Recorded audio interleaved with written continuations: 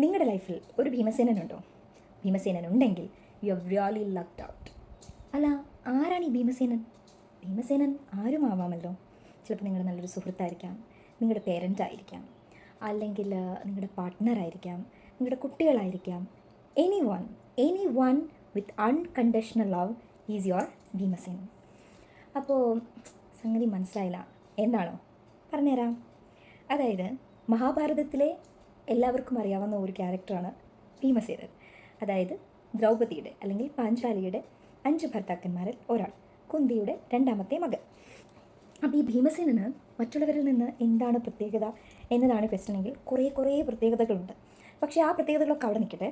നമ്മളിപ്പോൾ ഒരു കോണ്ടെക്സ്റ്റിൽ മാത്രമാണ് ഭീമസേനനെ കാണുന്നത്. നമ്മുടെ MT വാസുദേവൻ നായർ രചിച്ച 2ാം ഊഴം എന്ന് പറയുന്ന കൃതിയിൽ കേന്ദ്ര കഥാപാത്രം ഭീമസേനനാണ്. അതിൻ്റെ നായിക കഥാപാത്രം എന്ന് പറയുന്നത് നമ്മുടെ സാക്ഷാൽ ദ്രൗപദി അല്ലെങ്കിൽ പാഞ്ചാലിയാണ്. അപ്പോൾ ആ ഒരു കോണ്ടെക്സ്റ്റിലും ഇനി ശരിക്കും സാക്ഷാൽ മഹാഭാരതത്തിൻ്റെ കോണ്ടെക്സ്റ്റിലും നോക്കുകയാണെങ്കിൽ ഈ ഭീമസേനൻ എന്ന് പറയുന്ന ആൾക്ക് അല്ലെങ്കിൽ ഈ വ്യക്തിക്ക് ദ്രൗപദിയോട് ഭയങ്കര അഗാധമായ ഒരു പ്രണയമായിരുന്നു. അതിനെ ഒരു പ്രണയം എന്നതിനേക്കാൾ അപ്പുറത്തേക്ക് ഒരു അൺകണ്ടീഷണൽ ലവ് എന്നൊക്കെ വേണമെങ്കിൽ നമുക്ക് പറയാം. ഭീമസേനൻ്റെ കയ്യിൽ ഛായാമുഖി എന്ന് പറയുന്ന ഒരു മാന്ത്രിക കണ്ണാടി ഉണ്ടായിരുന്നു. അപ്പോൾ ഈ ഛായാമുഖിയുടെ പ്രത്യേകത എന്താണെന്ന് വെച്ച് കഴിഞ്ഞാൽ, നമ്മൾ നമ്മുടെ മുഖമാണ് നോക്കുന്നതെങ്കിൽ നമുക്ക് ഏറ്റവും പ്രിയപ്പെട്ട ആളെ ആയിരിക്കും അതിൻ്റെ അകത്ത് കാണുക.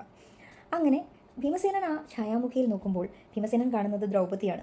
അപ്പോൾ ഭയങ്കര സന്തോഷത്തോടെ, ഭയങ്കര ഒരു എക്സൈറ്റ്മെൻറ്റോടു കൂടി ഭീമസേനൻ ഈ ഛായാമുഖി എടുത്ത് ദ്രൗപദിക്ക് കൊണ്ടു കൊടുക്കുകയാണ്.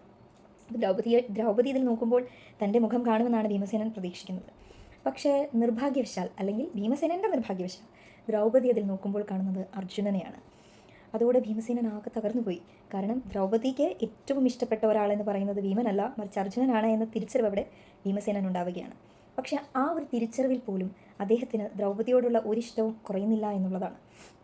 അദ്ദേഹം ആ മുഴുവൻ മഹാഭാരതം നമ്മൾ വായിച്ചിട്ടുണ്ടെങ്കിൽ, അല്ലെങ്കിൽ ഈവൻ അതിൻ്റെ കഥ കേട്ടിട്ടുണ്ടെങ്കിൽ അറിയാം, പാഞ്ചാലിക്ക് വേണ്ടി കീചകനെ കൊന്നത് ഭീമസേനനാണ്. പാഞ്ചാലിയുടെ മാനത്തിന് പകരം ചോദിക്കാനായി ധൃതരാഷ്ട്രരുടെ 100 പുത്രന്മാരെയും കൊന്നത് ഭീമസേനൻ ഒറ്റയ്ക്കാണ്. ദുശാസനൻ്റെ മാറു പിളർന്ന് രക്തം കൊണ്ടുവന്നത് ഭീമസേനനാണ്. എന്തിനേറെ പറയുന്നു, ഏറ്റവും അവസാനം ദ്രൗപദി പറയുകയാണ്, എനിക്ക് കല്യാണ സൗഗന്ധികം വേണമെന്ന് പറയുമ്പോൾ അതിനും ചാടി പുറപ്പെടുന്നത് ഭീമസേനനാണ്. വേറെ വല്ല ഭർത്താക്കന്മാരോടും പറഞ്ഞിരുന്നെങ്കിൽ പോയി പണി നോക്കപ്പെടണം, പിന്നെ കല്യാണ സൗഗന്ധികം എന്നൊക്കെ ചിലപ്പോൾ പറഞ്ഞേനെ. പക്ഷേ ഭീമസേനൻ അങ്ങനെ പറയുന്നില്ല. ഭീമസേനനെ സംബന്ധിച്ചിടത്തോളം ദ്രൗപദി അദ്ദേഹത്തിന് ഏറ്റവും പ്രിയപ്പെട്ട പത്നിയാണ്, ഈ ലോകത്തെ ഏറ്റവും പ്രിയപ്പെട്ട ആളാണ്.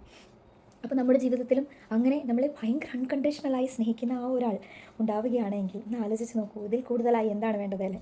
അപ്പോൾ ജീവിതത്തിൽ അതുപോലൊരു ഭീമസേനൻ എവിടെയാണ് എന്ന് ഇടയ്ക്കൊക്കെ ഒന്ന് തപ്പുന്നത് നല്ലതാണ്. അത് മനസ്സിലാക്കി കഴിഞ്ഞ് കഴിഞ്ഞാൽ നമ്മളതിന് ചെറിയ ചെയ്യാൻ ശ്രമിക്കുന്നത് വളരെ നല്ലതായിരിക്കും.